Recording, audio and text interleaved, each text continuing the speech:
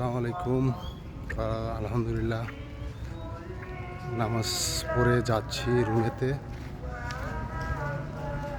তো আজ শুক্রবার জুম্বার দিন নামাজ পড়লাম।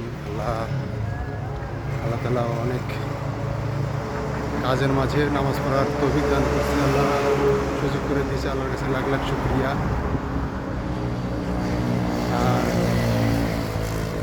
যাচ্ছি রুমেতে, তোমার ভাই পাশে এসে নামাজ পড়লো, আমরা দুজন মিলে নামাজ পড়লাম।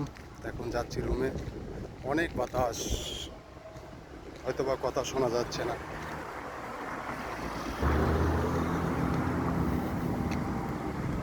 তো নামাজ পড়ে হাইটে যাচ্ছি রুমে।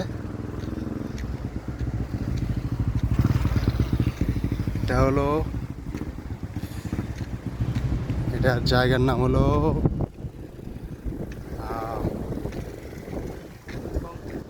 জোহর বারু বুকেট কিপং।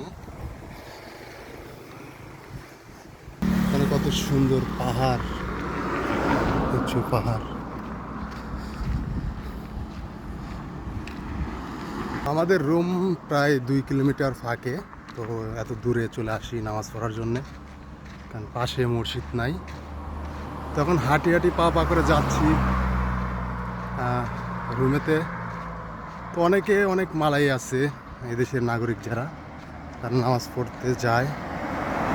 তাদের যদি দেখা যায় যে অনেকেই নিয়ে যায়, তাদের গাড়িতে উঠায় নিয়ে যায়, আমাদের রুমের সামনে নামায় দেয়, দেখা যায়।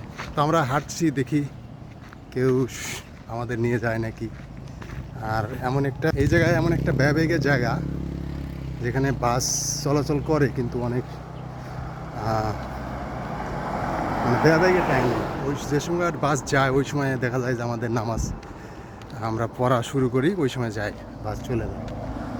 তখন কি করব, হাঁটে যাচ্ছি, দেখা যাক কোনো সরঞ্জাম ব্যক্তি আমাদের নেয় নাকি, না হলে হাঁটেই যাওয়া লাগবে রুমে।